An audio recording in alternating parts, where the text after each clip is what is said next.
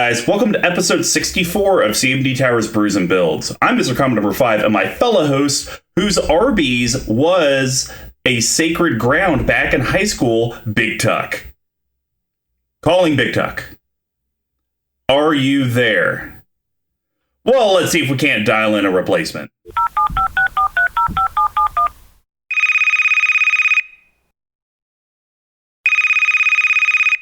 Hey, G3, you want to do this last minute? I'm in. Awesome. Hey, buddy, how's it going? This is G3 from MTGLexicon. He's filling in for Big Tuck. Appreciate you doing this last minute. How are you doing? Sweet. I'm doing good. I'm glad to be here. Glad to sit and talk the MTG news. Sweet. So I don't know how your week has been, but my work week has been... It's been weird. It's like some days it's insanely busy. Other days it's insanely slow. Or there's days like today where I did not stop for like 11 hours. And I do work from home. Brutal. So it's just sitting there and I can just feel my fingers getting carpal tunnel. And it's like, well, I guess I'm not that far off from getting a Luke Skywalker metal robot hand. Personally, my work hasn't been too crazy, but my domestic life has been focusing a lot. We have a puppy that we just got like a month or two ago, and I have a daughter who just turned 15 months yesterday. So dealing with the double trouble between them, it's been a little crazy. But other than that, it's been pretty good in my life. Well, that's awesome, man. So I guess 2 questions. 1, what kind of dog did you get? And 2, being at 15 months, are you and your fiance, significant other, wife, whatever, are you guys still doing like the monthly celebrations? Or are you guys done doing that? I never know. Like, people are like, oh yeah, how old's your kid? And it's like, oh, they're 39 months. I never know when you stop saying the months. Yeah, so I'll do reverse order. So answering the baby thing first. After 1 year, we stopped counting weeks, and I assume once we hit 2 years, we're just going to stop counting months. I mean, that's just the way things go. I mean, we didn't really celebrate yesterday, but my wife has been taking monthly photos, so just as like a little thing. But I assume after at 2 months, that's going to not be a consistent thing. That's my presumption. As far as the dog, we used to have a German Shepherd, but he passed. We had to put him down because he had a degenerative thing going on a few months ago, and that was kind of a hard thing for our family. And so we were talking about maybe late winter, early spring, about getting another dog, but then kind of a serendipitous thing happened, and we ended up getting the puppy like a month ago. So that's been dominating our domestic life last few weeks. Oh, I bet, man. Puppies are a lot of work, but you know they're a ton of fun. And then it's crazy once the years go by, and I'm sure it's the exact same way with kids. But I do not have kids; I just have a dog. And when I see him now, he's like 75 pounds of just muscle and fat, and just this big sausage ball. But then I see puppy pictures of him, like, oh, you used to be so tiny. Yeah. It's able to fit you in my palm. Sit on my lap, crazy. And now I don't want you on my lap. No, totally, for sure. Well, thanks for tuning into the episode, guys. And as always, with the Manolith commentary from Rich Chaos Records is Squee McGee. What's going on, Squee? Oh, nothing. Just flew into the studio about 8 minutes ago from a long-ass day. But no, it's been pretty fun. It's been a good week. Put together a new smoker for my parents yesterday, and then tried to use it today and went on quite an adventure. Let me tell you, almost burnt the house down. Not quite as bad as Mr. Combo's fire pit on the deck fiasco from a couple of weeks ago. We had this one very under control, but yeah, it was an arduous day. You know, I thought it was going to be nice. You go and you set up the smoker, put some nice meat in there. It's one of those pellet smokers that's automatic, so you're supposed to just kind of let it run and do its thing and, you know, not really pay attention, and it didn't go anything like that at all. But I'm excited to finally now sit down, stop running around, stop worrying about things burning, and just chat some MTG. Oh, awesome, man. I believe Squee's parents have the same smoker that I got, and we were texting a little bit today, and he was having some challenges getting it started. And I remember the first time I got it, it was actually Thanksgiving last year. I woke up at 4 a.m. or 5 a.m. because I was going to smoke a turkey. Got my old smoker out, and it just would not work. So I had to go to Lowe's at 5:45 in the morning, buy a smoker, put it together, and then smoke the turkey on Thanksgiving for dinner that night. So you feel like you were kind of running on fumes and a little stressed out because you're trying to get this thing going. I had people to feed, and I was like, oh God, if I don't get this thing cooked, they're going to eat me alive. Now, You went through a real experience. Did you have the same experience I did, to where like the beginning, the instruction booklet did not really do a good job? It's garbage. It didn't tell you exactly how to get this. It was like, here's how you put it together, and that went fine. But then when it comes to the point where you're like, all right, I got some meat. Let's turn this thing on.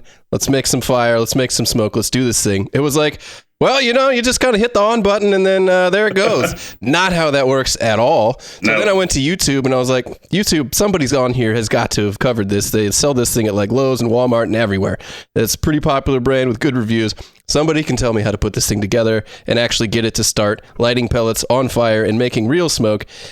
Nobody had a video that was any good at that. Everybody was just like, yeah, you just kind of, and just there it goes. And I was like, wow, this is worthless. So I don't even want to talk about it anymore. Let's move on. Well, if you guys want to know more ways that you can support Squee and hopefully getting him some booklets or YouTube videos on how to use this smoker and the rest of the content we put out, you should head over to our sponsor, level1gameshop.com. They sell all the tabletop accessories that you need, all the sealed magic product, loose magic products. Just go hook them up. They're the ones that do our monthly giveaways. So helping them supports that, which supports you guys. But if you would actually like to put some dollars in pockets so that way Squee can go out and buy another gold mine of a box off of Facebook. Let's do this. Head over to our Patreon, patreon.com/CMD Tower. We have 4 different pledge levels, and you guys, for just $1 a month, can get access to the Discord. Or this is still October, so if you join at least Squeeze Choir or above, you'll be eligible for the wool cotton CMD Tower holiday sweater that is Jund. That'll be shipping in December. You'll be able to get that for just the $15 it costs to ship it. And it looks so nice. It looks so Oh, man, nice. it's so sweet. And it's filled with all the hashtags. I'm coming for you, Jimmy. You guys should definitely go check that out. But if you can't actually help us out from a monthly perspective, but you would still like to pick up some of the sweet swag, whether it's the playmats, the sleeves, any of that stuff, head over to cmdtower.com/merch. We sell everything on there. Yes, patrons get first crack at it and get it a little bit cheaper. But you know what? If maybe you join Squeeze Choir and just get the Squeeze coin, but you want to get a pack of sleeves, you can just go buy that as well. Please go do it. It is overflooding my basement. Eventually, I will be doing toys for tots, but they will be just getting magic sleeves, which no tot wants. Mm-hmm. And of course, every episode, we want to give a big shout out to the music provided by Pink Royal. And hey, stay tuned till the end so you guys can get details on how you can win that EDH Zendikar Rising deck bundle from Level 1 Game Shop. So Brews and Builds is our deck tech series. Since we conquered the path to 32, we have moved on to the endless themes that EDH can actually bring us. Each month will be a new theme, and we correlate how these decks are constructed similar to how his beer is brewed. So we broke it down into 4 different categories. I don't know how to do this since Big Tuck's not here. Squee, cue the roll. First one's going to be rampant. Setting your board state, that's grains. Yes, and grains are the foundation of any beer. They include both base malts and specialty malts, usually at about a 60-40 ratio. This helps with the color, the taste, and most importantly, the alcohol content of a beer. Decks always need ways to grow, stabilize, and ramp into your bigger threats, and just like the grain profile, they're usually a mix of staples and specialty cards. The next is going to be, how does your board interact with the rest of the board? We call that hops. And hops give the beer its patented bitterness and herbal floral flavors. They grow in a variety of strands and help distinguish subcategories like IPAs, or, like my most recent brew, a hop-blasted red ale. Our hop choices help clear and interact with the board so your deck can do what it wants. How does your deck actually close out or win games? We call that yeast. Yeast are actual living microorganisms that eat the sugar from the grain and poop out alcohol and CO2. It adds alcohol content and the carbonation. Without yeast, you'd be drinking flat sugar water. And without yeast cards, your deck wouldn't meet the goal of actually winning the game. Then we have shenanigans. These can be pet cards, synergies, alter the broods that are in the deck that are just kind of fun that maybe don't really have a home. We call that spice package. Yes, and spices, although not in every beer, help determine and recategorize beers from a normal stock beer into a specialty one. It could be the pepper that turns a stout into jalapeno stout, or the addition of extra dry hops that turn an IPA into a double IPA. Again, not every deck has something that makes it pop, but if it does, this is where we talk about it. And then to cap it off, we do have redundancy. It's a bottle capping. These are going to be, well, actually, screw you, Big Tuck. suck it. It's going to be G3's and I's recommendations to the deck that are going to be under $5, under $50, and a no budget recommendation. The only restriction is no mana only lands. So without further ado, let's get brewing. We are wrapping up our weird mechanic month. We've gone from charge counters, we've gone to fighting, we've gone to infect, which isn't that weird, but we let Big Tuck have it. So we brought on G3 from MTGLexicon. I've streamed with these guys a few times, and they know how to brew some very funky decks. And when I threw this out there, he threw me one that I'm very curious to hear about. So we're going to be talking about Derevi animated lands with Derevi Empyrial Tactician. Yes. So, G3, how in the heck did you come up with this? That's a great question. And as someone who has over 50 sleeve decks, oh my God, is there's another quite a lot. I know. Outside Mr. Combo and Big Tuck. Whoa! Wow. Like wow. I'm sitting at 40. Big Tuck, I think, is at like 49 or 50. It's good to see as another brother part of the group. Program, you can go read my most recent Deer Squee article. It has a formula. I am trying to get rid of some of them, so if anyone's interested, go buy my decks. Anyway, I can't speak specifically as to how I came up with this deck, but I always like the idea of like animating lands and turning them into creatures. And Battle for Zendikar probably was a pretty big influence on this, but I think I built it like a year or two after Battle for Zendikar came out, since I think I opened like 2 boxes of that set. And so I just a lot of the draft chaff. This deck has evolved over time, taking out a lot of the awaken spells, and those awaken spells you can pay an extra cost to do the regular effect of the spell, but also to turn a land into a creature and add +1/+1 counter to it equal to the awaken number. And so I've taken over time most of those cards out, but the Derevi deck's kind of like a Noyandar. It's kind of a Noyandar hidden commander deck, but over time that's moved away as the main thing. I also had like a landfall theme because of kind of that Zendikar base, but now it's not so much a landfall deck either. It's just animating lands and trying to do that as much as possible. There's kind of like a return to hand and play them again kind of theme in here. That's more so than landfall, is the idea of like cycling cards back to your hand and getting them back to the field. So there's that effect to it. It's a very unique effect. I think I went with Derevi because of Derevi's trigger. Whenever Derevi ETBs or a creature you control deals combat damage to a player, you can tap or untap target permanent. So the whole idea was to turn the lands into creatures, use them to swing face, and then trigger Derevi to untap them and tap for mana. So just, it's kind of convoluted. There might be a better commander for this, but that's the one I went with. I am considering doing a package right now with the new I don't know how you say it, but Obun for the landfall commander from the Zendikar commander deck, and just kind of have this be a split deck where I have a blue package and a red package, and have it switch between the red's going to be more landfall theme and the blue's going to be this bounce to hand land theme that I got going on. So that's something I've been considering recently. No, that's super cool. And, if you guys aren't 100% familiar with Derevi, it's banned. So that's just green, white, and blue. G3 already read off its most important. Well, actually, you know what? I'm going to call it its second most important ability. Yeah. So, because he also has flying. That's the third most important. And it is a 2/3. You're probably rarely ever going to be dealing combat damage with him.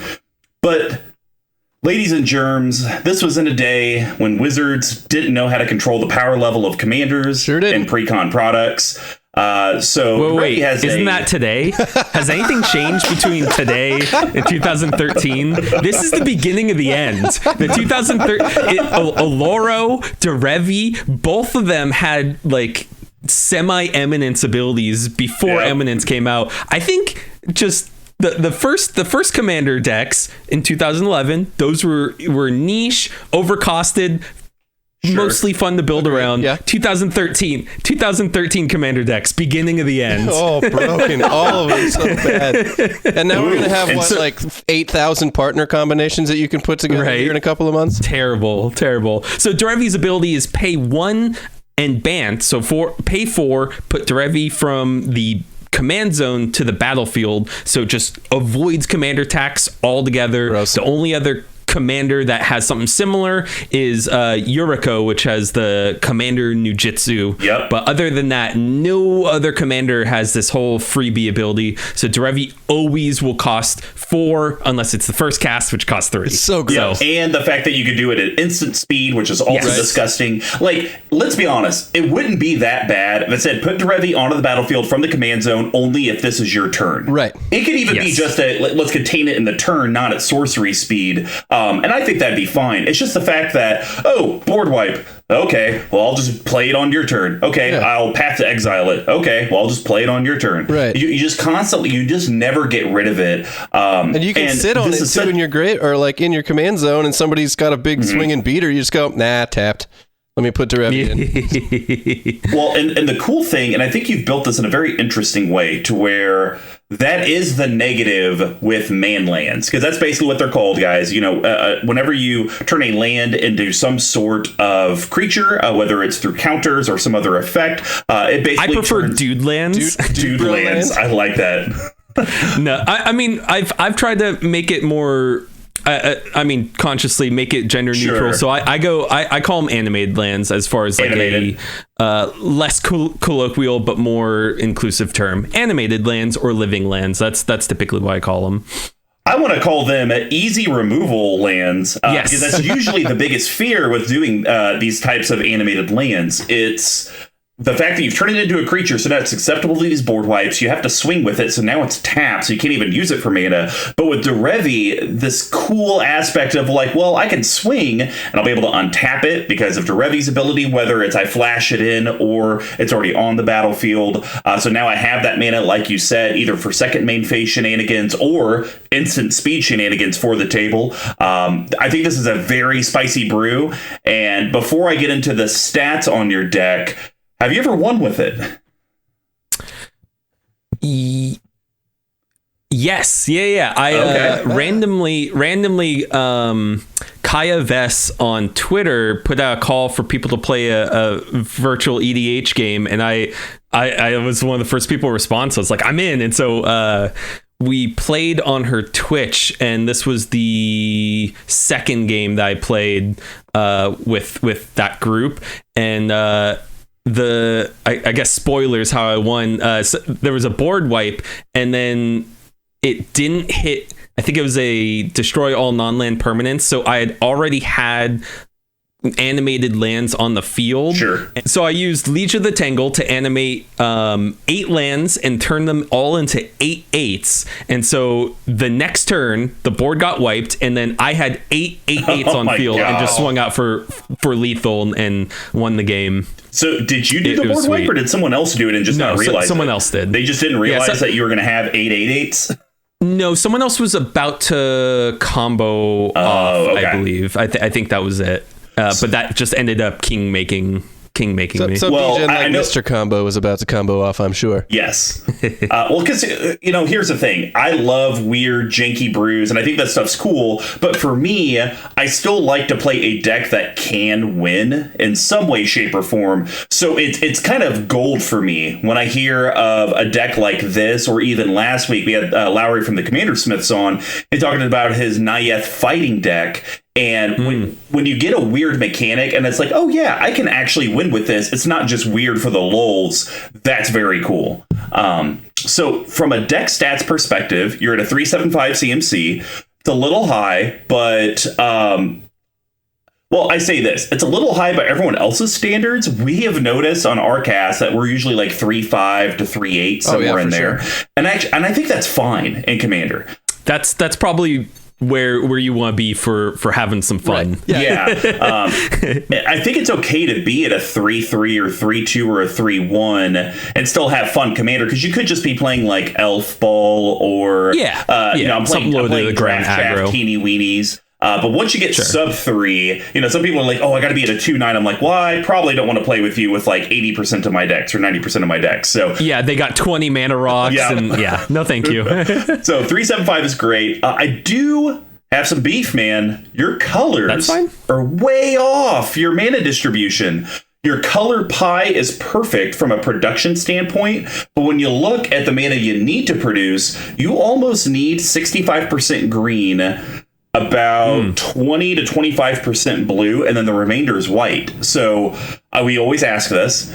Has it ever come back to bite you not having the colors that you need when you need it in the game? I can't recall specifically for this deck, but I can maybe rock this deck a few more times and come back to you in a month or two. I'll be interested to hear that, because the way that I see your mana distribution is actually how our play group, well, I'll at least say me and Big Tuck, used to build our decks. We'd be like, okay, how many colors? Just match it. Yeah, 4 colors. Okay, we just need equal distribution of all the colors. But then when we started doing this channel last year, we were like, wow, like we actually don't need as much red in this deck. Right. Should probably cut out a bunch of the mountains because I need these other colors. So I will definitely be interested to hear in the future if it's like, oh, you know what? I actually did notice I need more green, because you got 52 green pips in the deck, and combined you only have 34 blue and white pips. That's a good point. I should probably, up a little bit. My blue stuff is typically later value kind of thing. So maybe cut some of the blue and add some green, since green is all the setup, if you've cracked any of the new boxes from Zendikar Rising, you could put in those like dual, like the quote unquote dual lands, and that would probably fix you right there. Pathways. Yeah, I love those pathways. And then the last thing is from a budget perspective, I'm actually pretty happy with it. This is on the higher side for most of my brews. Most of my brews are like in the 150 250 range. I'm a anti-staple person when it comes to Commander. I'm a what's the term? I just search through all the cards I have and try and come up with something that has a theme or two in relation. And the decks I like, I will improve over time.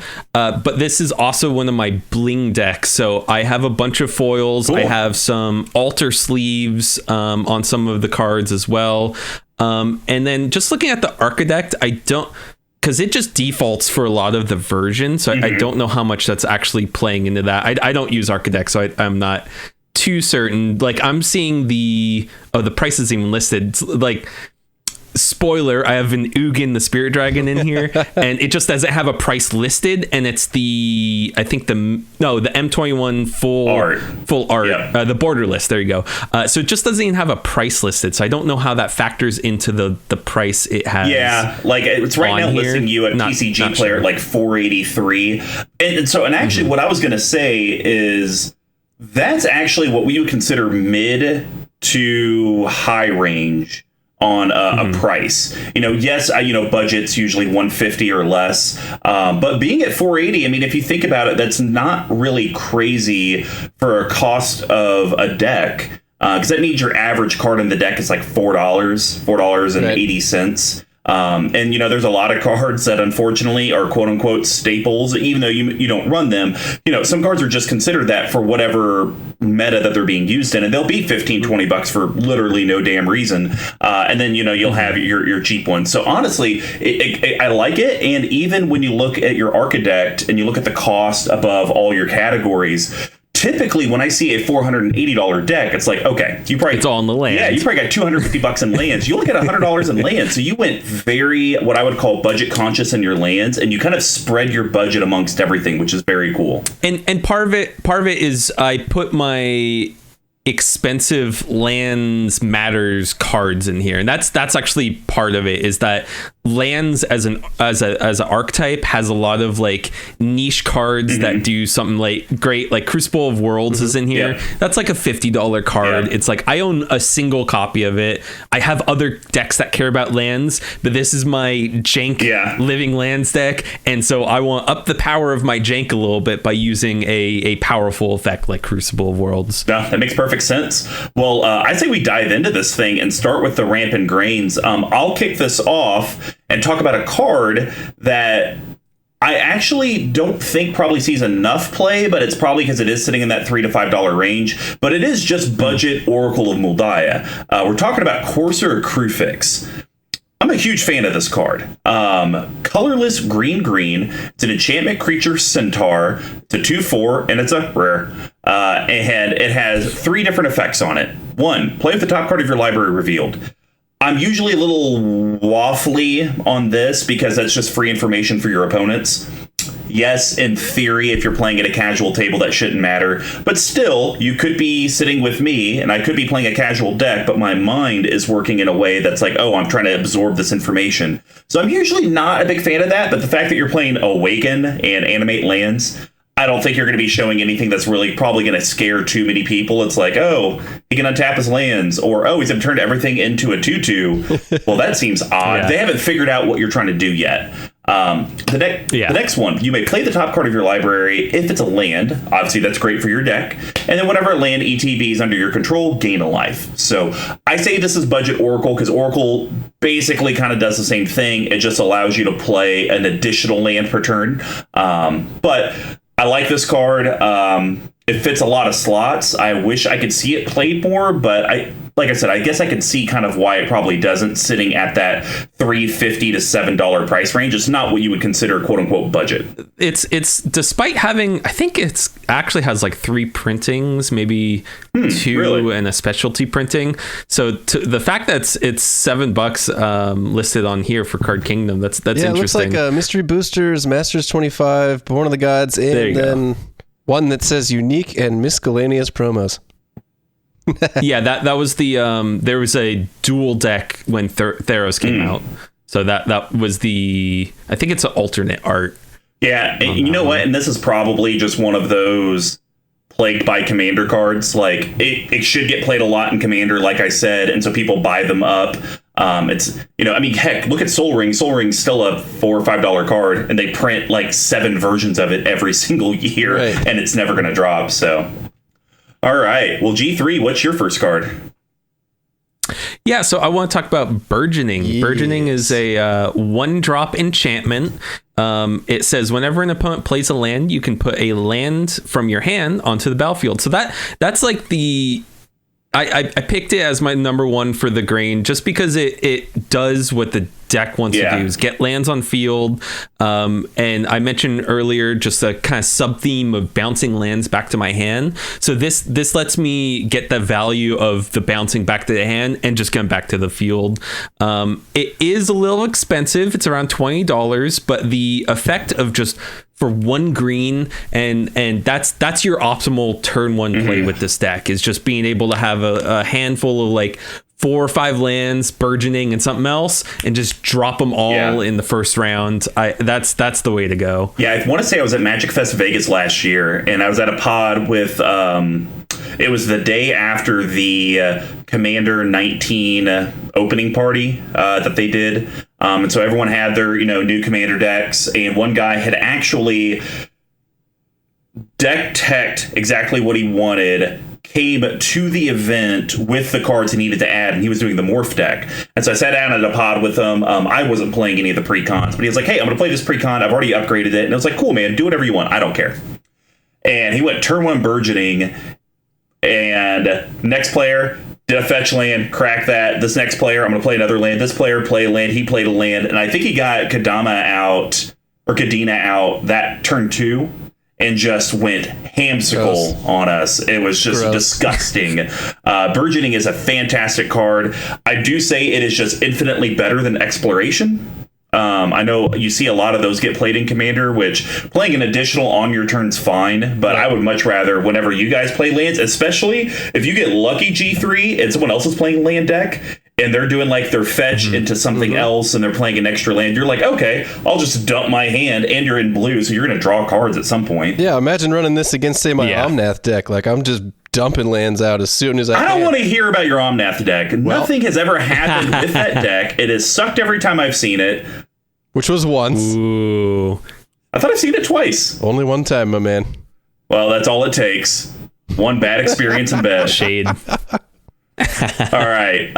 My next card is the secret deck tech of the entire deck. Noendar Royal Shaper. Card is super cool. 3 colorless 3 colorless Azorius, the legendary creature Merfolk ally. It's a 4/4, and it says whenever you cast an instant or sorcery spell, you may put 3+1/+1 counters on target land you control. If you do, that land becomes a 0/0 elemental creature with haste that's still a land. After many years as a lull mage, Noyan Dar turned his talents from allying Zendikar's fury to the considerably easier task of rousing it. Ooh, he's a rouser. Sounds like a fluffer. Rabble rouser. Oh my god.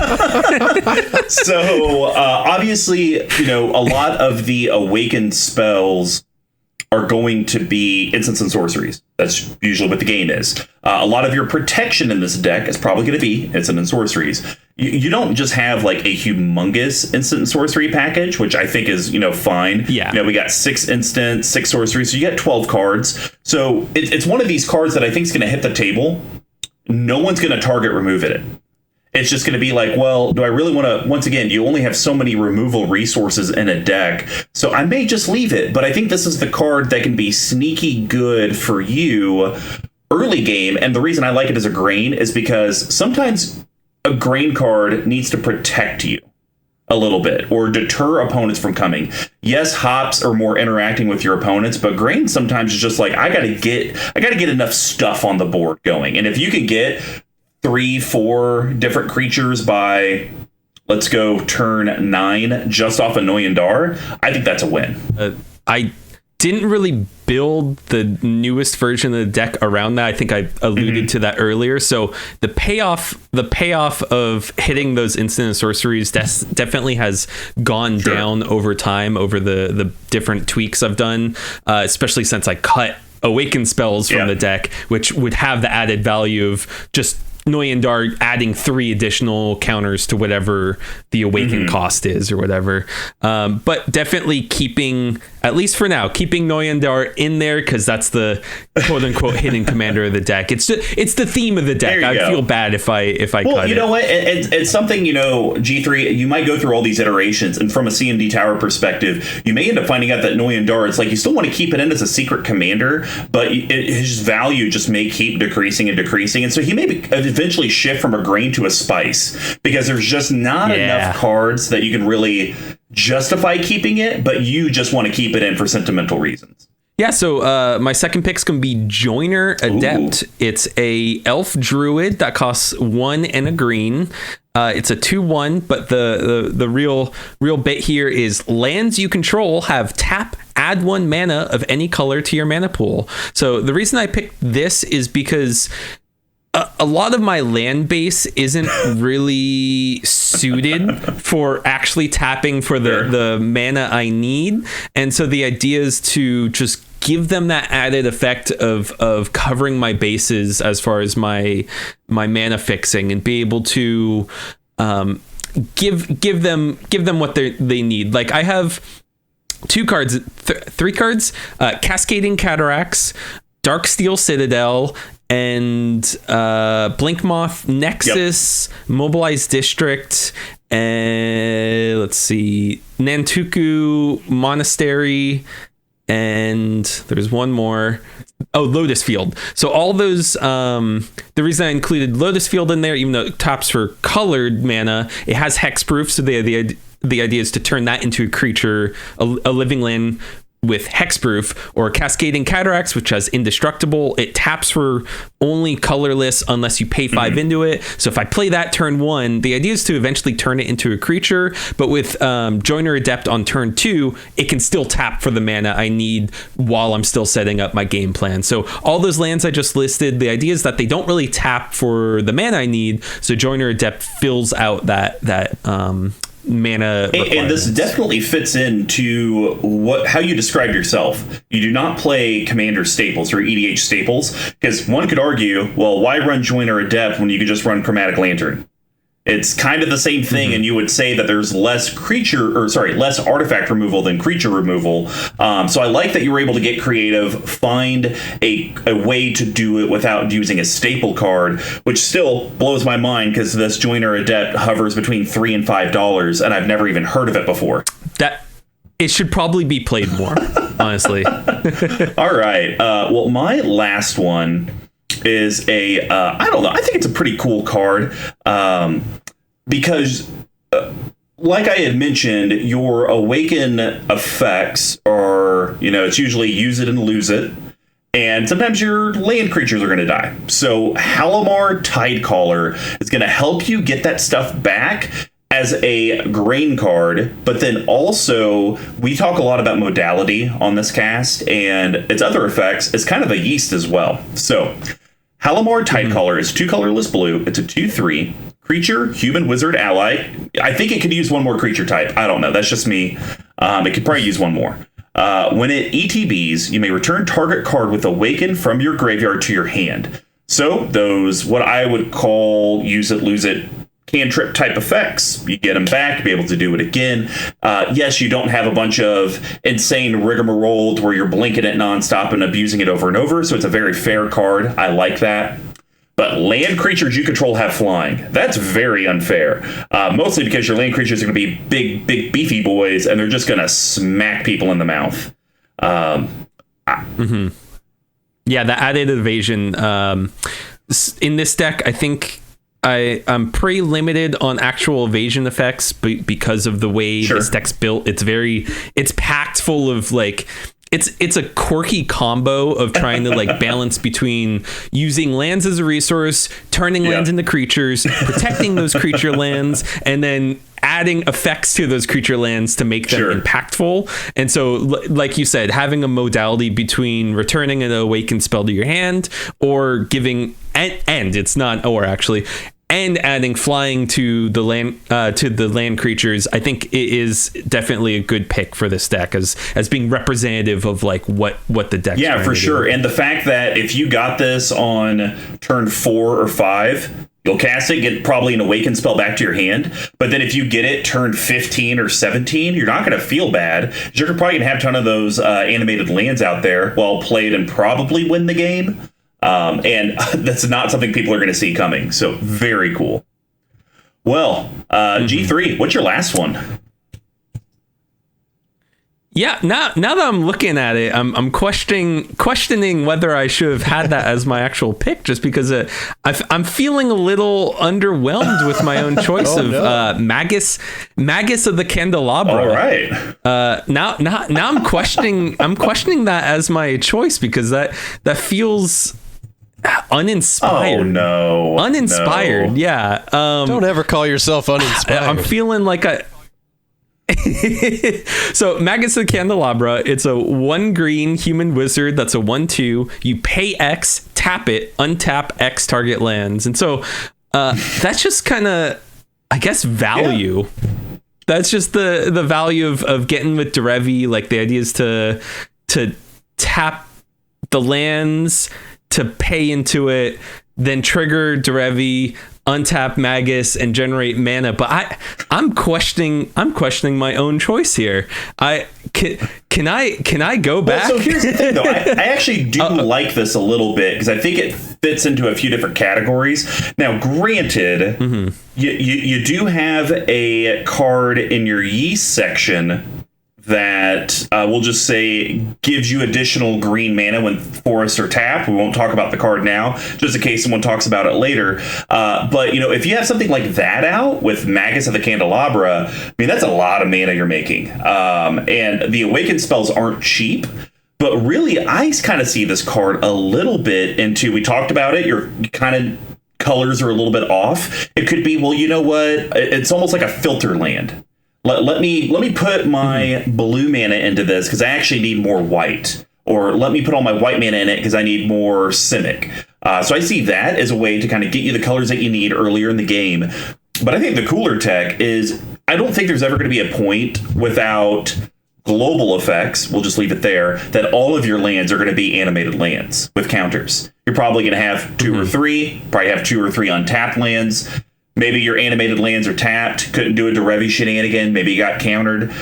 People are like, well, this is my chance to take out G3. I'm going to swing in knowing his 9/9, his 8/8, and his 5/5 are tapped. Well, let me put a little bit of mana in, Magus of the Candelabra. Now I got blockers. Let me go ahead and do that. So I actually do think it's a pretty cool card that for this deck specifically has a lot of fluidity.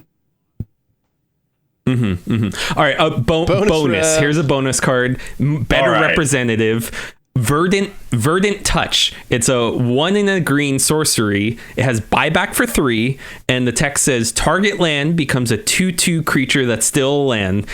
Reminder text: this effect lasts indefinitely. So that's a good and can be used defensively to turn opponents' lands into creatures. That's maybe a better representative of what the deck's doing. And since the effect isn't temporary, like maybe half the effects in this deck turning lands into creatures, this effect is permanent. So it only costs 2. Or I can cast it on turn 5 and have the buyback, so I can do it more and more, and just have that single creature that I want to start building up as my creature land. So little bonus. Yeah, I mean, I like bonus cards. I've actually never heard of Verdant Touch. It sounds like something I need to call an adult for, because I need help. I'm scared. And I hope no one ever plays this on me, because I do not want you turning my lands into 2/2 creatures and then Nev's disking, because that would make me weep. We're talking about that guy's cradle sitting over there. Hey, you shut your mouth. Oh, right. All right, guys. Well, that's going to wrap up the green belt. Now we're going to head over to the hop profile. And G3, why don't you start us off, man? What's your first hop card you would like to talk about? Yeah, so I kind of teased at this earlier. I guess this was a spoiler. I think I said it wasn't a spoiler earlier. Storm Cauldron, that's my top pick for the hops.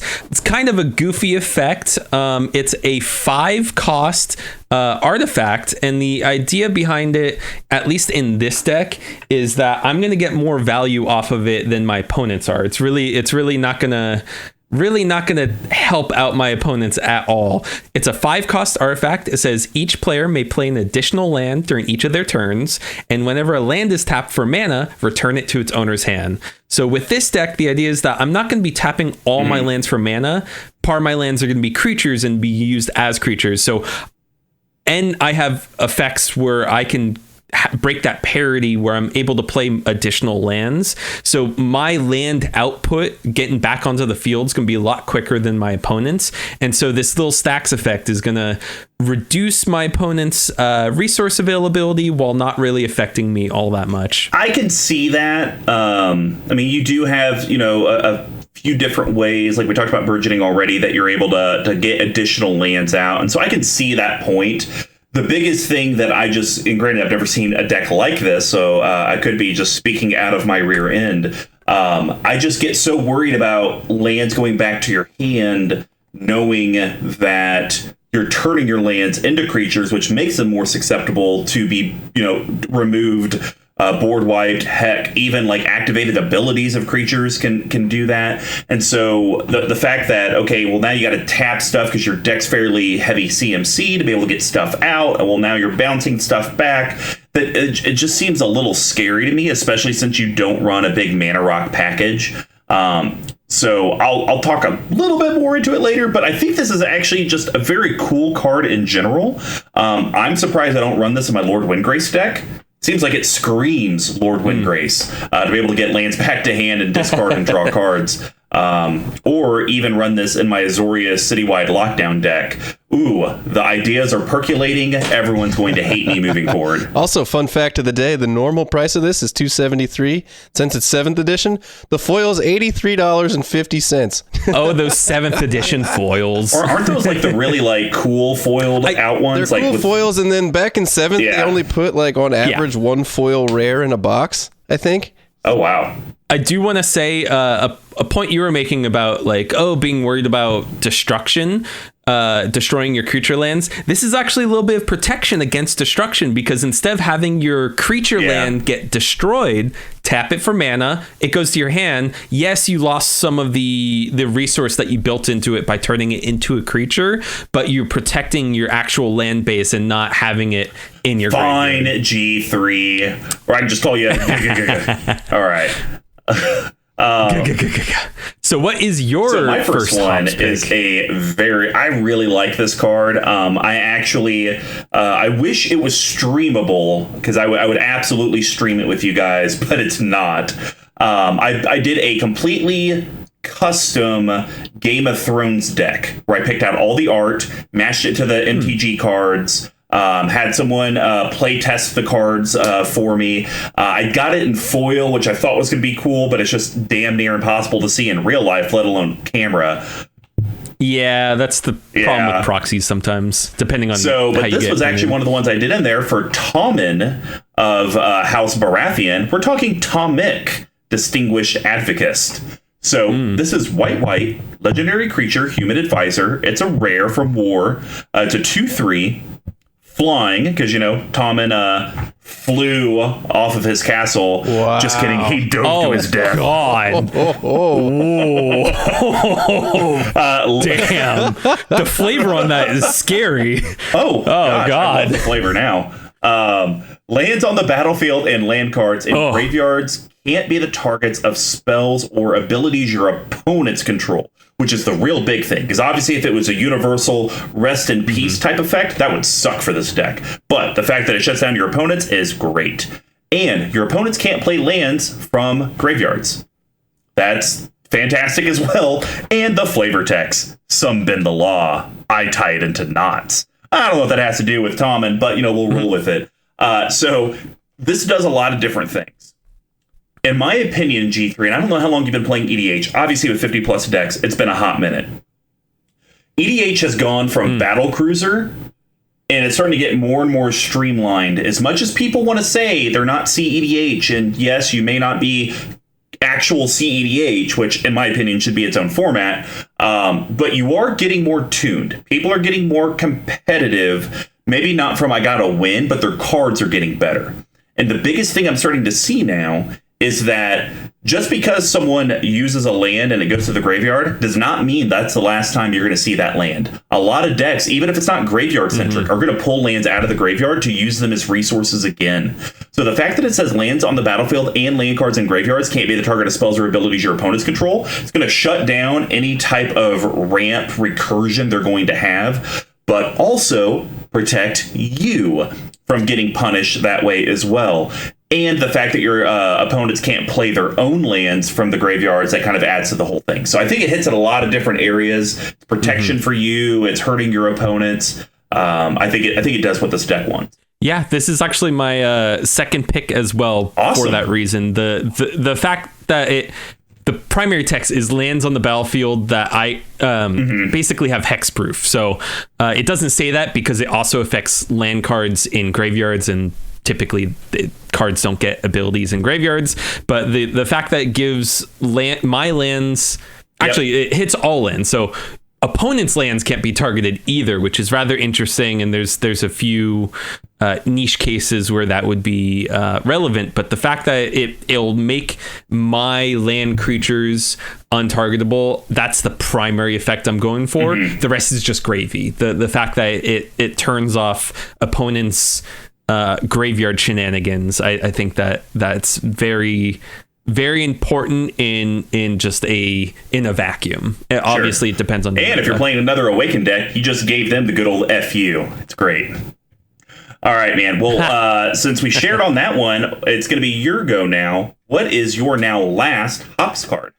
Yeah, so it's going to be Nature's Revolt. It's an enchantment. Too. Oh my gosh! Oh, there it is. So first double one. shared.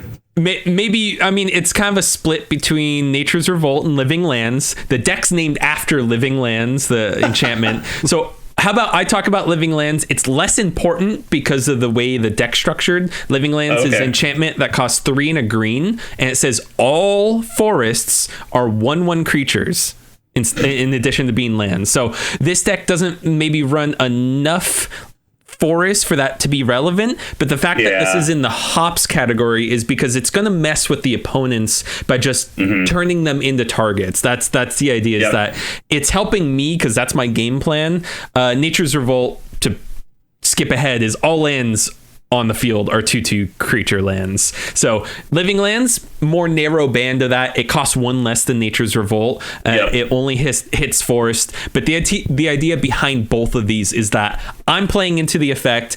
I'm already working towards the goal of protecting my living lands, but the opponents might have a board wipe or something up, and they want to destroy my living lands, but now they have living lands, so they're less likely to use destruction or damage based effects to get rid of all creatures on the board.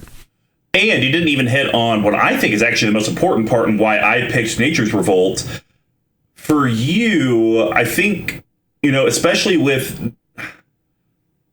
I think for your deck, it's not like, well, hopefully you're not in a situation to where you play a land and you're like, God, and this is what, a 5 cost, so we're at least turn 5 or 6, and it's like, I have to play this land because I have to hit my mana drop because I have to do this. I feel like this is a little bit slow play deck. You're not coming out of the gate screaming. Yeah. In Nature's Revolt, the fact that it turns all lands into creatures, summoning sickness anyone, it's going to absolutely halt everyone at the table and allow you to be able to catch up because you're playing the slow game anyways. The fact that's that a good point. You got to play a land and pay 6 mana maybe to throw some counters on it to actually do something with them. You're okay taking a few turns off. Like, that's not that big of a deal. I hadn't considered that. In the back of my mind, I'm aware of that. But yes, the fact that it turns them into creatures, it does not also grant haste like a lot of my effects that animate the lands. It also includes that it gains haste rider text. So the fact that both of these effects just blanket turn them into creatures, the opponents don't really have a say about that unless they have a haste effect. The next land they get out, it's as if it comes into play tapped, which is pretty impactful. That's a good point. And, to be a real jerk, you could always put Elish Norn in the deck, and that's just a nonstop board wipe forever. Yikes. Yikes. All right. Well, my last one, once again, had never seen this card before.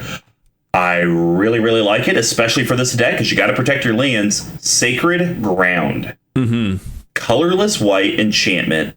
Whenever a spell or ability an opponent controls causes a land to be put into your graveyard from play, return that land to play. The knight knelt and prayed, first for sanctity of his land, and second for the strength to repel its invaders. If you have this out there, so one of the things we talk about on our cast, and I mean, you guys stream multiple times a week, and so you see a lot of gameplay. Would you say on the scale of creature removal to probably land removal, enchantment removal is probably closer to the land removal? It's sparse, few and far between. Artifacts is probably closer to creatures. Planeswalkers, there's more removal now. Maybe that's closer to the enchantment and land removal. We just see that there's not a lot of enchantment removal. What do you guys usually see? Yeah, that's about on par. A lot of our interaction just depends on the deck. It seems like each of the hosts of MTG Lexicon has kind of a different flavor of building. That's typical. But I guess most frequently you're going to see red based damage board wipes. You're going to see maybe counter spells, but not too many like mass naturalized type effects. Maybe you'll see a spot removal for a single artifact or enchantment, but you're not going to see mass removal for enchantments. And this deck's actually pretty enchantment heavy, and so them targeting Sacred Ground versus, I don't know, a burgeoning, like it's almost a toss up. It's like, okay, do I slow them down or do I get rid of their protection? So yeah, we don't see all that much enchantment removal.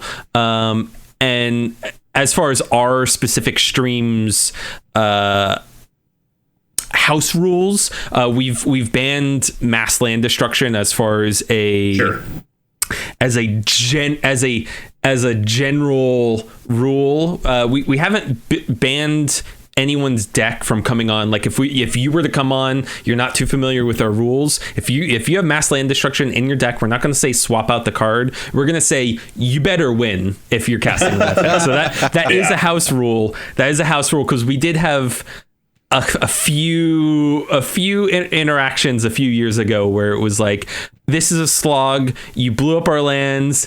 Nothing happened, and now we're sitting for another 40 minutes rebuilding, and it's we're streaming. Like most of our games aren't on the kitchen table nowadays.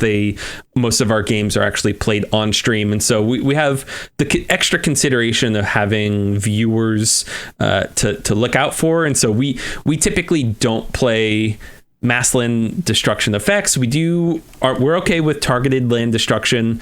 So this deck is definitely with that in mind. I don't really have to worry about my precious land babies getting all blown up. Well, and so the reason I kind of asked that is because this is an enchantment that to us, mass enchantment removal is very few and far between, unless it's a bounce. And targeted is going to be the more likely. Is someone really going to waste a disenchant on a sacred ground when, omniscience exists out there in the world? Oh gosh, of course I'm drawing a blank on it now. Not exsanguinate, sanguine bond. There we go. An exquisite blood. Those types of things exist. Sacred ground's going to stay around forever. And that is just so good for this deck because when someone gets rid of your lands that are animated lands or not, immediately back to the field. Yeah. And you're like, all right, cool, I guess. Yeah. For 2 mana, most decks would not even consider this, but for my deck, a two mana effect that just basically revives all my lands whenever they're in danger. This is a very powerful effect for this deck. Awesome. Well, I think that's going to wrap up the hot profile. Now we're going to head over to the yeast package, and I will kick this off with one of my favorite enchantment auras out there, next to Raincore. Raincore is pretty up there. I love that card. But Bear Umbra is so good in this deck. 2 colorless green, enchant creature. Enchanted creature gets +2/+2, and it has, whenever this creature attacks, untap all lands you control. And it gives totem armor. So the enchanted creature, if it would be destroyed, instead remove all damage from it and destroy this aura. So you tell me if my mindset's wrong. I would say most people, they see this card that's like, oh, this is awesome. I could probably put this on one of my animated lands. It kind of gives it indestructible. I'm going to be swinging with it anyways. It like untaps itself. It gets a little bit bigger. I actually see it as putting it on Derevi because it has flying and evasion. And there's always going to be someone at the table that's open for business. So you can swing out with all your animated lands and Derevi. Bear Umbra is going to trigger. You're going to untap all those lands, and then maybe you have to tap them and do instant speed removal. You need to activate an ability. Whatever you have to do, they all deal damage. Derevi abilities goes on the stack. Everything untaps. So it's basically like you got vigilance, but you also got to do everything with your animated lands, which is usually the big downside with them. Yeah. I can't say I've gotten Bear Umbra off too often, but that's a good point. I like the idea of putting it on Derevi, just added protection on Derevi, and the combination of effects of the Bear Umbra and Derevi's own procking. I like that. I like that combination of effects there. Nice. All right. Well, what's your first game winner? Yeah. Terra Eternal. It's an enchantment that costs 2 and a white, and it just says all lands are indestructible. There you go. Enough said. Once that's on the field, very much like the Sacred Ground, rather than Sacred Grounds like this passive, if any destruction's coming my way, it's just going to give me the value. I put it in my yeast category because I'm not technically trying to use it passively. I want to use it actively. That way I can alpha strike with my lands and be able to just swing out without any worry coming my way. So that's the idea behind Terra Eternal, is just make them indestructible, and typically I can start swinging uninhibited after that and not really worry about what's going on. That's a pretty amazing card. I don't think I've ever seen that before, but probably because I've never seen a deck. I mean, unless you're playing like mass land destruction deck, but you don't want to lose your lands. Like, I think out of all I think I have one deck that does mass LED or MLD, but it's Kalia, and I run 2. It's Kalia the Vast because it's like I'm gonna win. So game's gonna be over 2-3 turns, or Niheb the Eternal because I generate all that red mana and then I'll Kozilek you to death. But man, that's a pretty cool card. I mean, have you ever been able to get that while you've played this deck? And people just have panic attacks, I assume? I probably don't have enough reps. Okay. Getting the reps with this deck in, so I don't really have all that much experience about it. The problem with having 50 decks is don't even tell me you don't that, always you don't always play the decks you like. So part of the building is like, I like the way this came together, and not so much this plays really well. Gotcha. So this is maybe not played as much as my interest in it warrants. So now that we've talked about the deck for this episode, I think I want to get in the next month or two a couple games in with it and just get to experience the flavor of the deck and see what cards are and aren't working, and just see whether something like Terra Eternal is a oh no moment for my opponents. Sure. So I would like to be able to comment specifically on, is Terra Eternal like this scary effect for the opponents? Sure. I'm not really sure. I can't really comment on that, but I would like to say yes. So I will say this: if you're able to remember, whenever you decide when you want to play it, shoot me a message on Discord. I will absolutely join that episode with you guys, because I would love to see and play against this. It's just very interesting. Even if I get smacked in the face by like 17 lands, that's okay. It's kind of like running blindfolded through the forest and just getting smacked by tree branches. Whack. Whack. All right. So my second card is, I think, pretty good. It kind of combos with Bear Umbra and Derevi, like I talked about. There. Woo. Yeah, we're talking about Nature's Will. Yes. Two colorless green enchantment. Whenever one or more creatures you control deal combat damage to a player, tap all lands that player controls and untap all lands you control. Without the kami to speak to nature on our behalf, we must beg help from nature directly. Sashiro the Anointed. So, I mean, there's not a lot to say about this. The fact that you only have to get one creature to deal damage for the effect to happen is pretty phenomenal. And like we talked about with the rigmarole with whether it's Bear Umbra or Derevi, you could do, like, if you have that and Bear Umbra and Derevi, and yes, we're talking about Magical Christmas Land, but that's what EDH is. We're all about Magical Christmas Land. You're probably generating in that combat phase double, some triple your instant mana. speed effect that I can drop out. So good.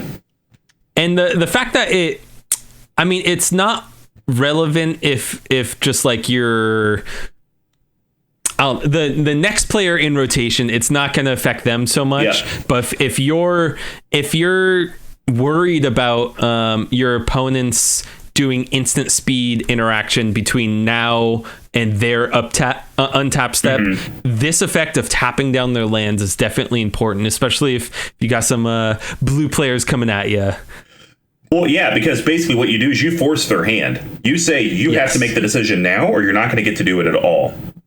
And then you're protected for the second main phase and be able to drop uninhibited. Now, I would assume, and I'm no rules lawyer, but if you swung a creature that could get through at each of your opponents, that triggers 3 times. Because it's whenever one or more creatures you control deal combat damage to a player, tap all lands that player controls and untap all that you control. So, man, if you had some ways to do unblockable, or you have your Halimar Tidecaller and they all have flying, that's generating stupid mana. You're tapping down all of your opponents, and hopefully you can win, because if not, they're going to hate on you.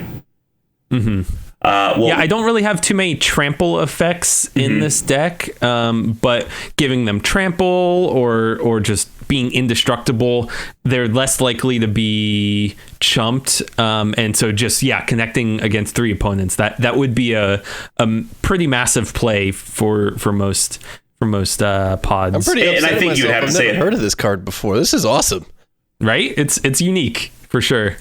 Yeah. Well, what is your second yeast card? My second yeast is going to be Nissa, who shakes the world. Oh, okay. This is a planeswalker, and it says it's a 5-drop, 3 and 2 green, and comes into play with 5 loyalty. So that's the one from War of the Spark with the passive ability. It says whenever you tap a forest for mana, add an additional green. So like I mentioned earlier, I probably don't have enough forests in this deck for that to be too impactful. That's something I would maybe change in the future. Just retooling would maybe be focus on basic forest a little bit more, make it green centric perhaps. So it says whenever you tap a forest for mana, add an additional green. That's just gravy. And as teased before with the Magus of the Candelabra, that just adds additional value with that being able to tap and then tap again for a bunch of green mana. So I do have a couple, maybe just 2 Shocklands. I have Breeding Pool. You have 13 total forests. Temple Garden. I also have the Canopy Vista. So all those are forest. Add additional green for each of them. Something that's not in my deck because I don't own it is Prismatic Omen. Prismatic Omen gives all your lands all basic land types. That'd be pretty good. That's something that would be. Actually, I don't like my no budget choice, so I think that would be we'll get to that in the ball capping, but that might be my no budget choice for dropping into the deck, is just focus a little bit more on the forest theme in the deck and be able to get the Nissa Who Shakes the World value off. So Nissa has 2 Planeswalker abilities. The first one is a +1. +1, you put 3 +1/+1 counters on up to 1 non-creature land you control, untap it. It becomes a 0/0 elemental with Vigi and haste that's still land. This is a permanent effect and starts it off as a 3/3. Something to note with this ability and a few others in the deck versus as mentioned before with like Nature's Revolt. Nature's Revolt starts it as a base 2/2 and Nissa starts it a land creature as a base 0/0. So effects like that where I have a few effects that start land creatures off as a base that's higher than a 0/0. So the interaction between having a higher base and then adding counters is something that I've considered with this deck, being able to get a little bit extra value when turning lands into creatures. Just that interplay between having a 0/0 base from one effect, but then another effect having a higher base power toughness. And then the second ability is a -8. You get an emblem that says lands you control have indestructible. So another Terra Eternal effect. Same deal with this. The idea is once they're indestructible, I can just start swinging out. And then you also get to search your library for any number of forest cards, put them on the battlefield tapped, and then shuffle your library. And so once you get them onto the field, you can start +1ing again and turn them all into indestructible vigilance hasty creatures with at least 3 power and toughness.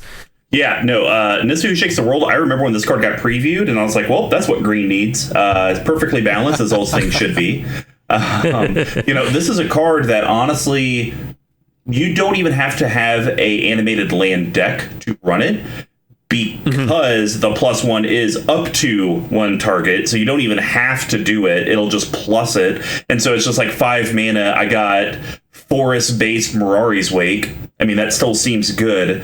And then the -8. Yeah, you keep plussing while you care about the passive, and then eventually you -8 to just get the rest of your lands onto the field. And even if, because here's kind of the cool thing about Nissa. If you're not actually doing an animated land deck and you're not in mono green, I can actually see this commander probably just sitting there, or this planeswalker just sitting there. No one's probably ever going to attack it or remove it because it's like, well, Squee is playing 3 colors, or even, somewhat this deck, it's 3 colors, so the forests are going to be few and far between. The -8, do I really care if they get all the forests out of their deck? Probably not. They come in tapped, so you can't even use them right now. The Indestructible is neat, but am I playing land destruction? Probably not. So this is a planeswalker that can actually just stick around and just get you double mana until someone gets rid of it because they finally realize how good it is. And hopefully by that point, it's too late. All right. Yeah. My last one is also a Nissa Planeswalker. Hey. I really, really like this. It's also a 5-drop, 3 colorless green, Nissa World Waker. Yeah. And spoilers, that's my third pick too. There we go. Planeswalker Nissa, she's a mythic, comes in with 3 loyalty, and all of her abilities are so good for this deck. +1, target land you control becomes a 4/4 elemental creature with trample. It's still a land. +1, untap up to 4 target forest, which I think that's probably the one I would guess you're probably using more often than not, because you can swing with like 4 of your animated forests and then untap them. That just gave you... And still use them for mana. Yeah, that's just free vigilance. And then -7, search your library for any number of basic land cards, put them onto the battlefield, then shuffle your library. Those lands become 4/4 elemental creatures with trample. They're still lands. That's also Banana Hammock. I mean, you have...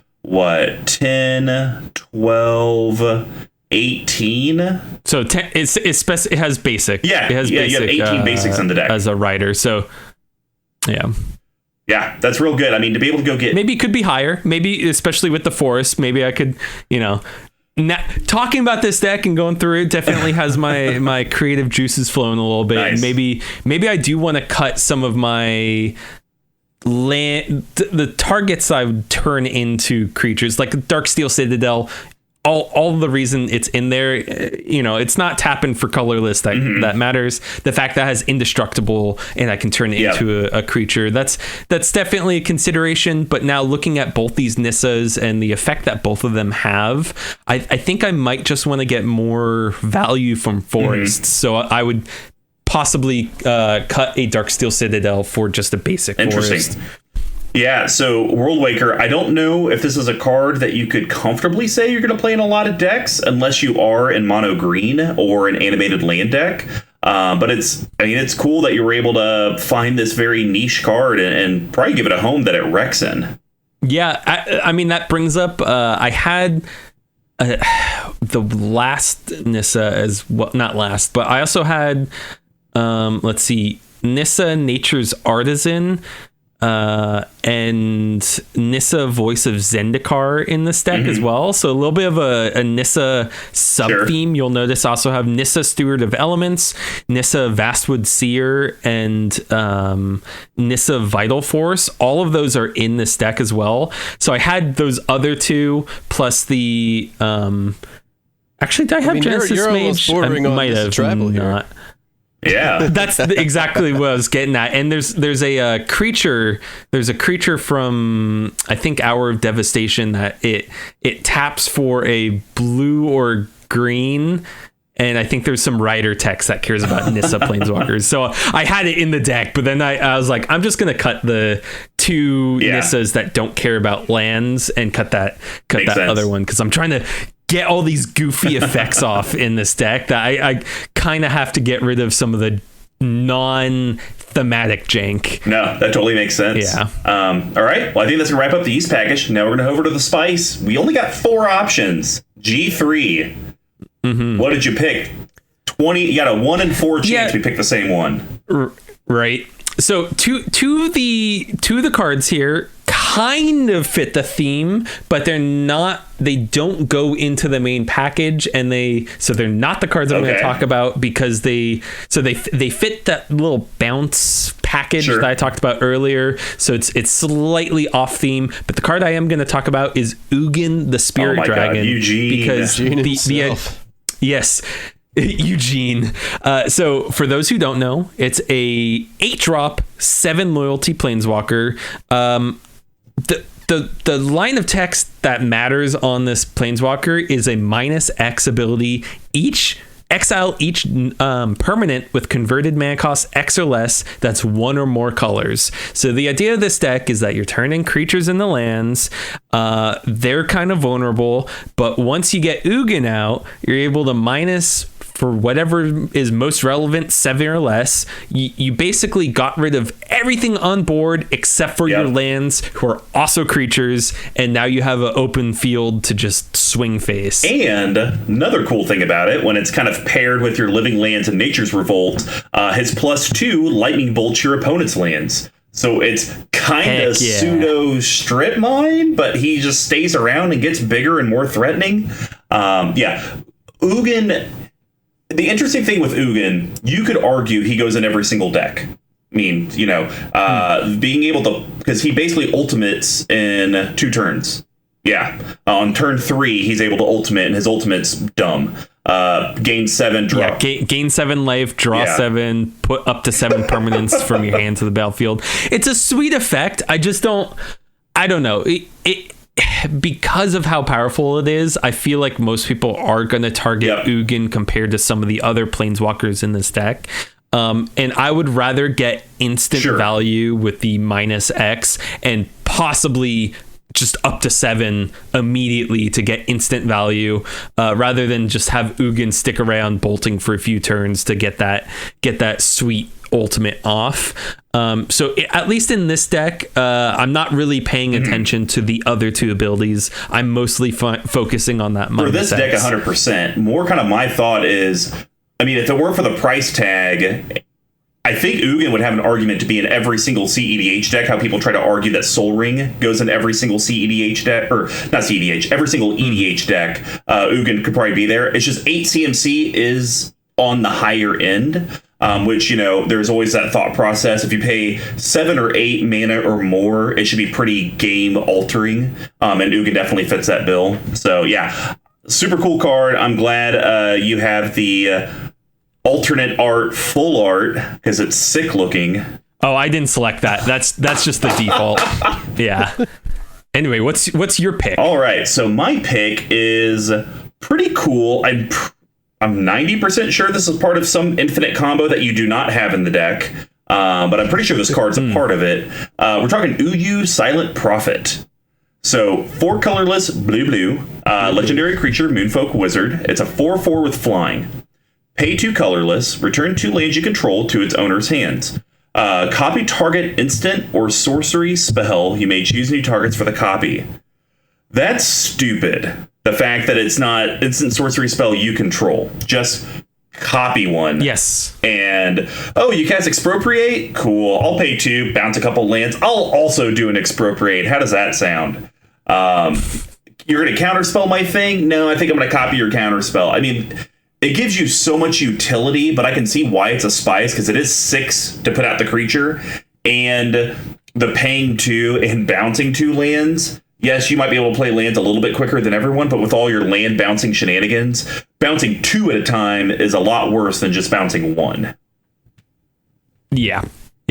That's something I would definitely consider cutting from the deck just to have a more cohesive ability. But one of my first iterations definitely cared about that whole bouncing lands to the hand, type of, I guess, a combo in a way, because I have also in this deck Patron of the Moon, where you can pay 1 to put 2 land cards from your hand into play tapped.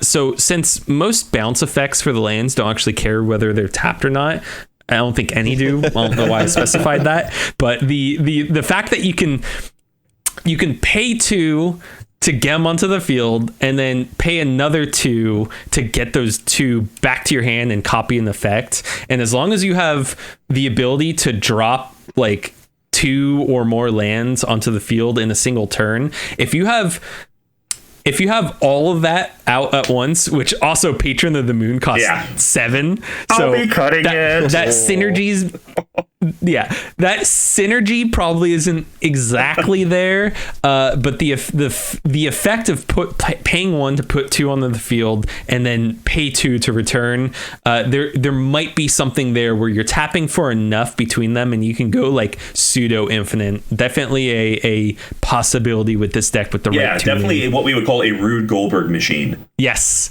Yeah, this deck is almost Rube Goldberg. Almost. All right, guys. Well, I think let's wrap up the spice package. Now we're going to head over to the bottle capping. And as a reminder, there's going to be G3s and I's cuts and adds to the deck. They're going to be under 5, under 50, and no budget. We just can't talk about mana-only lands. So I'll start this off. I know you alluded to it earlier, but I don't think this card's very good. We're going to cut Kefnet the Mindful. So So, 2 colorless blue, legendary creature god. It's a mythic, 5/5, flying indestructible. It can't attack or block unless you have 7 or more cards in hand. Pay 3 in a blue, draw a card, then you may return a land you control to its owner's hand. The reason I don't think it's very good is I don't know how often you're having 7+ cards in your hand. That probably doesn't feel great in this deck, considering I've kind of alluded to it. It probably plays a little slow. So you want to get out as much as you can when you can. But the big reason I'm cutting it is paying 4 to draw a card and maybe put a land back to hand. That's just a very, very expensive rate for me. So that's why I want to cut that. Yeah, I have to agree with you. That's actually my my cut there. I would like to say that it's a good effect, but it's not. The fact that it's a flying indestructible is kind of the allure, and the 5/5 is kind of the allure of it. Yes, and the fact that it has that return a land in your hand, that was maybe my earlier iteration. So Uyo and Kefnet are probably on the chopping block for my next major iteration for the deck. Definitely not too tied to them. I mean, it's spice when it gets to work, but like you said, seven cards in hand, at least with this deck, that's not too doable. So I'm not feeling too sad cutting that deck. And honestly, I felt very comfortable considering you didn't even have a Reliquary Tower or a Thought Vessel in here, which tells me you rarely have over 7 cards in hand. That's not a common occurrence. So what I want to add is a card from Zendikar Rising that just came out. I want to add Felidar Retreat. Ooh. 3 colorless white, it's an enchantment, it's a rare, and it has landfall. Whenever a land ETBs under your control, choose 1. Create a 2/2 white cat beast creature token. Okay, fine. Maybe it's your awakened stuff's too expensive, you don't really have the mana to do it. Okay, let's go that route. Gives you some blockers. But I think this is the bigger one. Put a +1/+1 counter on each creature you control. Those creatures gain vigilance until end of turn. I like that. You're making your animated lands bigger. You're giving them the vigilance that they need so they can swing and then use for mana afterwards. And like I said, worst case, opposite end of the spectrum, you're at least making some chump 2/2 guys to help protect you. Agreed. Yeah, the being able to have Vigi on the living lands is definitely a big plus, being able to have both those modalities of swinging out as a creature and being able to tap for mana. So that's definitely a big consideration for the deck. And the +1/+1 counters are just gravy on top of that. Absolutely. So for my replacement, it's also from Zendikar Rising. It's Ondu Inversion. It's a sorcery that costs 6 and 2 white, and it says destroy all non-land permanents, but it also has the flip side that's also a land. So this deck, this deck is very light on interaction. That's probably the easiest way to say. It's light on the interaction. So adding this in, 8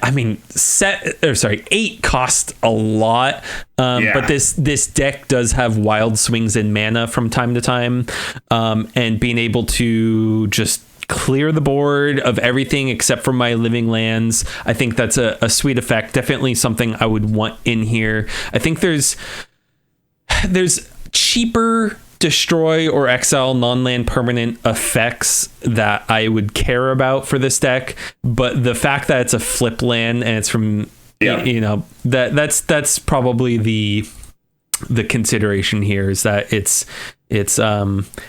got both sides are relevant at least some of the time. And you could even argue that, and this is something that I've kind of thought with these pathway lands, or whatever we're calling these flip lands. Modal flip. Wow. You could cut a basic planes for this, and you haven't lost anything, especially with this deck. Because the other side is a pay 3 life. It can come in untapped, or is this a ETB tap? So this one's just ETB tap. It was the mythic cycle. Yes. Yeah. So, you cut out a basic planes, and then you get it.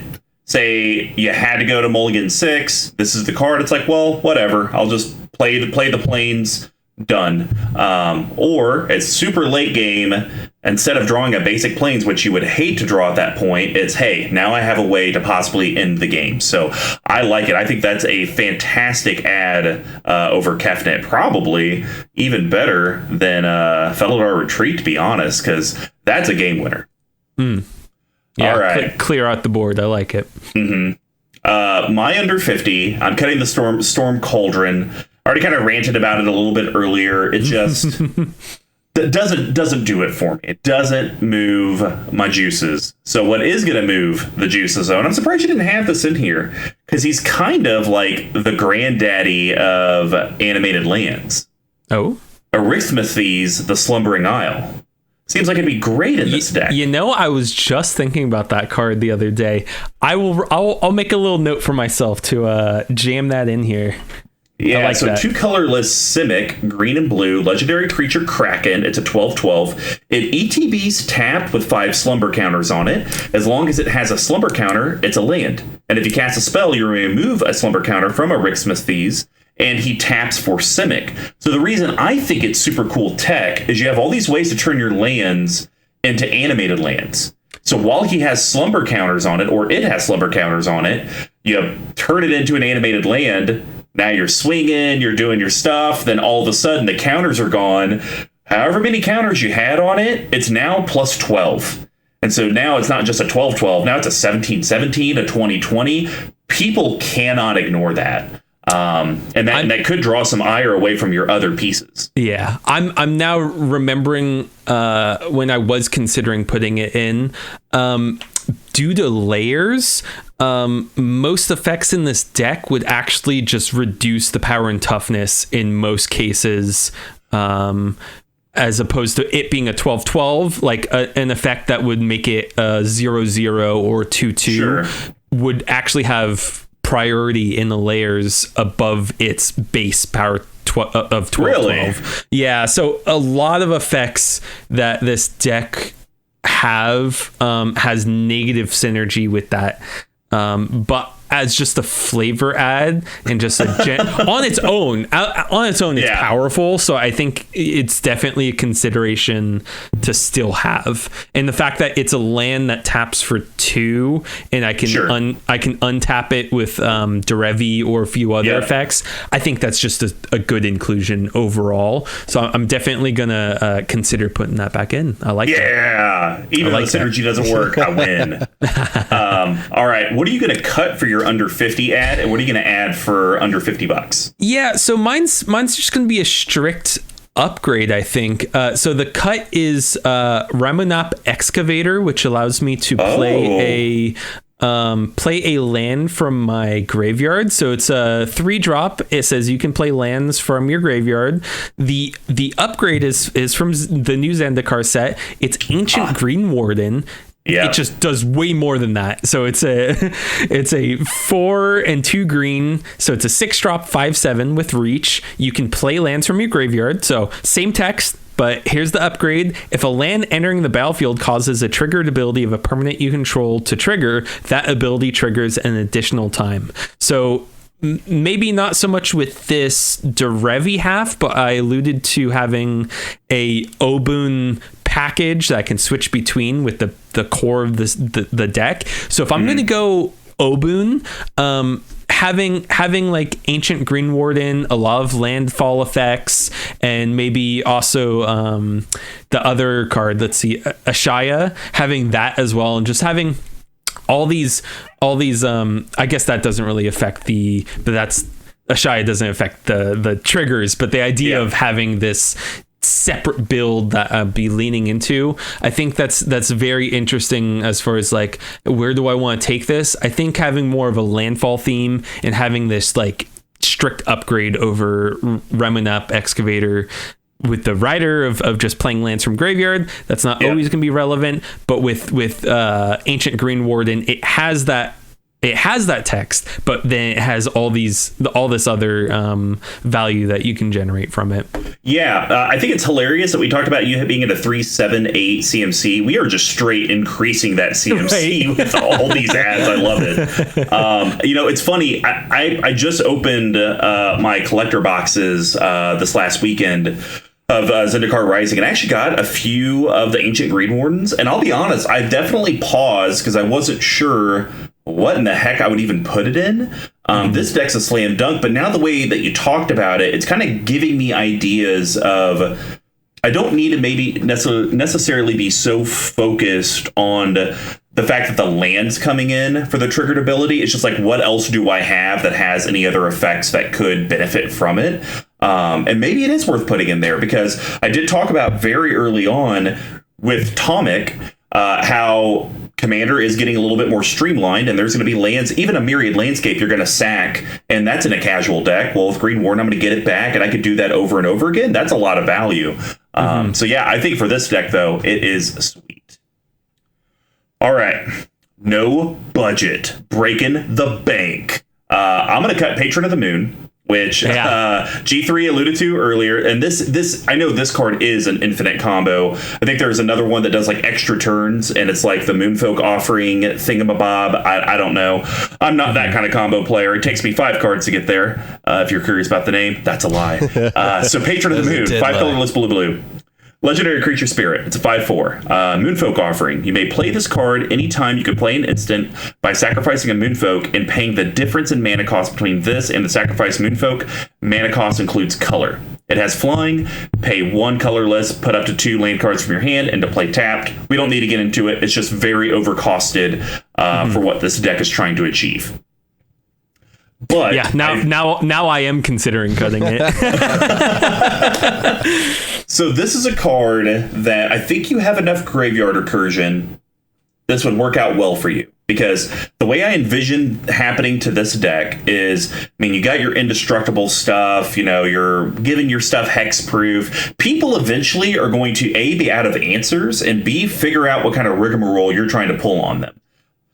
So I think Constant Miss is a card that will keep you alive to that mid to late game when people are figuring it out and starting to swing out at you. So colorless green, instant, and it says creatures deal no combat damage this turn, but it has buyback. Sack a land. Yeah. You may sack a land in addition to its other costs when you play the spell, and if you do, put Constant Miss back into your hand instead of your graveyard as part of the spell's effect.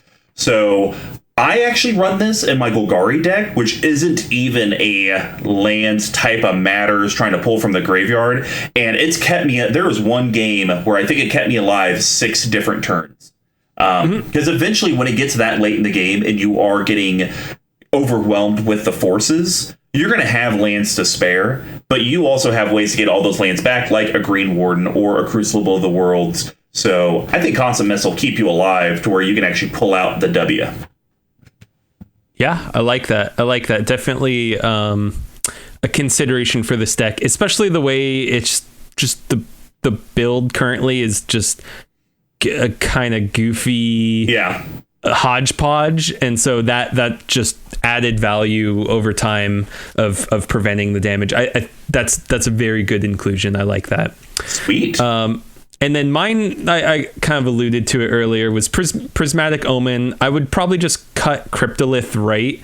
Cryptolith Right says creatures you control have tap, add 1 mana of any color to your mana pool. But now that I'm thinking about it, I didn't even consider cutting my bad cards. I was just considering, upgrading in a way. So I would, probably cut Uyo or Kefnet or, sure. One of my spice cards, things that aren't fully in the realm of 100% useful in the deck. So that this is like deck therapy. I like this. This is making me, really. I mean, this is one of my bling builds in a way too, because a lot of my cards in this deck are foil and whatnot, sure. and even with that considered, like I think this deck can be a little more optimized. I would probably, I don't know, this is like a 5 or 6, even sure. though it's got some powerful cards in it. It's powerful cards doing something unoptimized. Yeah. So I think I could kick it into a strong 6, maybe a light 7 if I just start making these swaps and putting, smooth out the curve a little bit, have it be a little less top heavy. I'm feeling good about this. On a scale of 1 to 10, how likely would you be to allow me to steal deck therapy and use that as a new thing? That's a wonderful sounding podcaster segment or something. I like it. That. Go for it. My only requirement is to have me on. Done deal.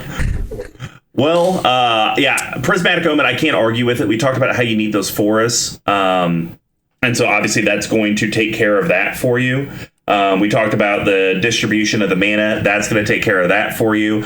I just didn't realize this card was $20+. Woof. Good Lord. It used to be higher, I believe. It used to be maybe it didn't get reprinted. I thought it was higher.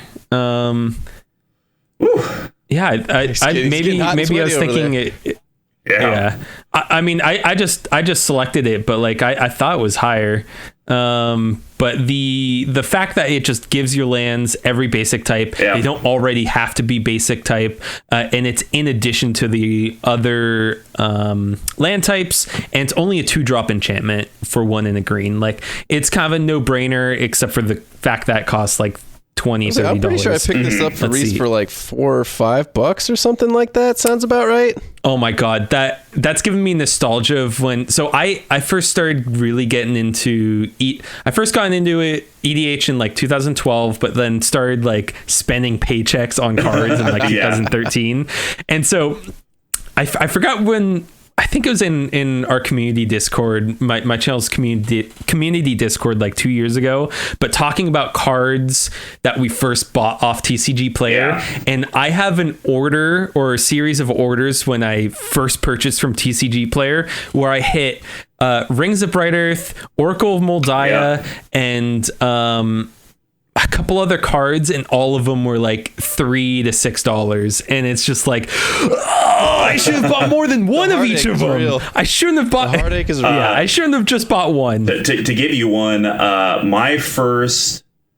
Grim Monolith and my first Mana Crypt. I think my first Mana Crypt I got for $40, $30, somewhere in there, and I think Grim Monolith was maybe 50 or 55. And I ended up going through a spree. I think I owned 5 Grim Monoliths, 5 Power Artifacts, 4 or 5 Mana Crypts, and I never paid anything close to these prices now, but it makes me disgusted. If I ever wanted to get another copy, I'd have to sell my Pikito. Dude, I got a Primal Vigor in 2014, 2015. It was $3, $3.50.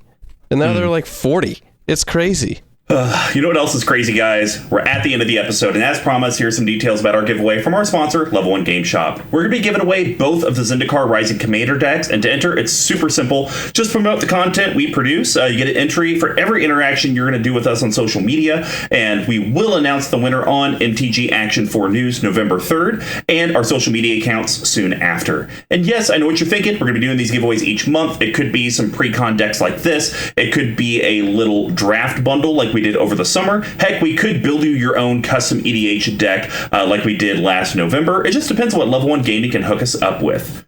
But we would love some positive feedback on whatever consumption platform you're listening or watching us on, whether it's YouTube, Apple Podcasts, Google. I think they still have a podcast platform. They seem to be getting consumed by everything but that is YouTube. So maybe that doesn't exist anymore. I could just be an old fart. But leave 5-star reviews. Leave some sweet nothings in the comment section. It means a lot to us to let us know that we're doing something good. And if we suck, you can just go yell at G3 at MTGLexicon. If you would, yes, please yell at me. If you'd like to get a hold of us, here's how you can do that. You can reach me at Mr. Commodore 5 on Twitter, all spelled out except for the 5. Big Tuck, where can they reach you? You can't tell anyone because you're not effing here, bro. You can reach him at Big Tuck Tweeting, I think. Yeah, that's correct. Is that it? He'll most likely maybe comment, maybe like it, maybe retweet, but don't look for a lot of content coming from him. No. You can reach our main account at CMD Tower on Twitter as well. We also have a website where we will have G3's deck list posted, cmdtower.com. Basically, just type in Crucible of Worlds, Meliku the Clouded, Mirror, and Drownir Temple, tower.com. G3, shameless plug time. Tell the people how they can get a hold of you, the content you produce, the ways that they can maybe give you nostalgia on cards that are now expensive but used to be cheap. Yeah, so I'm one of the hosts of MTGLexicon, a bi-weekly. Wait, is that right? Twice a week. Yeah. We stream Paper Commander twice a week. We're coming up on our 5th anniversary on mid-December. So check out our 24-hour stream that's going to be happening sometime early December. Check out MTG_Lexicon on Twitter. That's also our Twitch handle. We stream Tuesday and Saturday nights. I'm on every once in a while. I tend to backfill just depending on what's going on, just playing remotely from my house. But we used to play all in the same studio, and that was like our niche. Yeah, it was a crazy thing. The whole idea is to get drunk and have fun with friends at the same table, and so that was the crux of it. But then COVID happened, and the world changed, and the Fire Nation attacked. You can get me at MTG_Lexicon on Twitter. If you search on your Discord server, I might be on there, depending on where you are. Whoa. Just look for G3_Lexicon. Who knows which server I'm on? I'm in a bunch. If you at me, I will gladly interact with you. And plugging myself for a moment, I have a little bit of a life change happening right now, so I need a little bit more money. So I've spent a little bit too much money on Magic cards. So I have a bunch of flavorful decks that you might want to buy from me. They're sleeved, they're pre-built, and I will work with you to get the list of 100 out exactly how you want it. Nice. Just look at bit.ly/G3 decks, and that's going to be a list of, it's a spreadsheet with a bunch of basically all the decks I've built in the last 4 or 5 years, and so anything in green, I'm looking to sell. I'm looking to sell. Come buy my decks. So what we'll do is we'll actually G3 shoot me that link, and we will post it in the article, guys. Sure. So if your eyes kind of glaze over because you hear all these alphanumeric and symbols, and you're not sure exactly what to type, just go into cmdtower.com/BNBE64, and you'll be able to see a link to the decks. Sweet. Yeah, so that's what I got going on. I'm not full of hot takes usually, but if you do want hot takes, like I said on Twitter, G3_Lexicon. Awesome. Sweet McGee, if people want to figure out how to get a hold of yourself in your Manolith commentary, how would they do that? You still know email's the best way to get at me. That's dearsquee@cmdtower.com. You can find me on the Twitterverse. You can find me Twitterverse. You can find me on the Twitterverse at Dearsquee. I am actually decently interactive. I made a post last night. I made a post a couple days ago. I've actually followed some new people and retweeted some things. Put some meaningful thought into contents. Who would have thought that could be a thing? But there I am. Once in a fleeting moment, you'll find me on Twitter. That's kind of how Twitter works. Or you can find me at Rich Chaos Records on Facebook or Instagram. I had to go get tested for COVID this week. Please don't come and see me. I don't even want to keep that bit in here anymore. I'm continuing the bit. He can handle all your audio needs and does have a full studio. If you are in the Kansas City metro area, masks require, hazmat suits require, because he might be infected. Mm-hmm. If you would like to support the show as well as hook up our sponsor with the orders you're already doing and let them know that you appreciate the monthly giveaways that they contribute, head over to level1gameshop.com. When you place an order in the order notes, just type in CMD Tower so they know that you came from the collective. Outside of their own storefront, they do have their own TCG store for all the singles. They sell everything you need, guys. Go help them out. They're awesome peeps. And like I said, as soon as they get me some information on the Commander Legends draft kits that they're going to be selling, we will be sure to post and talk about that on the cast. If you would actually like, though, to help us keep the lights on, keep buying you guys cool products, head over to our Patreon, patreon.com/CMDTower. We have several different reward tiers. You can just get the Discord access if you'd like, all the way up to getting your own CMD Tower playmat, sleeves, all our custom tokens, our custom coin. Heck, we're even coming out with a Jund holiday sweater, so Jimmy can hashtag coming for you. If you can't subscribe from a monthly perspective, but you would still like to buy some of the swag, just head over to cmdtower.com/merch. We sell everything on there. We're trying to figure out the shipping. I think it still might be a flat $3. Who knows? But you can definitely pick everything up on there. Definitely appreciate it. Because like I said, if not, Toys for Tots is going to be sleeves for Steve's. I don't know. Maybe all the tots are named Steve? That could be a thing. And of course, thank you again to Pink Royal for the music provided in the episode. So, G3, we're at the end. Derevi, animated lands. How do you feel? I feel like you're getting more and more excited. It sounds like the deck therapy has helped, but give us a summary. How do you feel about how the episode went? Yeah, this was great. I'm definitely, as I mentioned, having the red package and blue package. I'm considering that, but I got some ideas as to how to make the blue package more streamlined. So I'm definitely looking forward to that in the coming weeks or months, and working on this deck and getting it up to speed as far as like getting rid of some a little jankier and high cost stuff, and getting some goodies in here. So this was a ton of fun. I'm glad I had the opportunity. Thanks for having me on. Absolutely, man. And I'll say this. It's okay to have overcosted, janky fun. We talked about that on the most recent MTG Action 4 news with Mr. Bevers about, overcosted cards for kind of what they do in Commander. And so that's okay. But this is the format to play them. But my thought's always been, if you're going to run something kind of weird and janky that's really overcosted, it needs to at least kind of fit the overall arching flavor.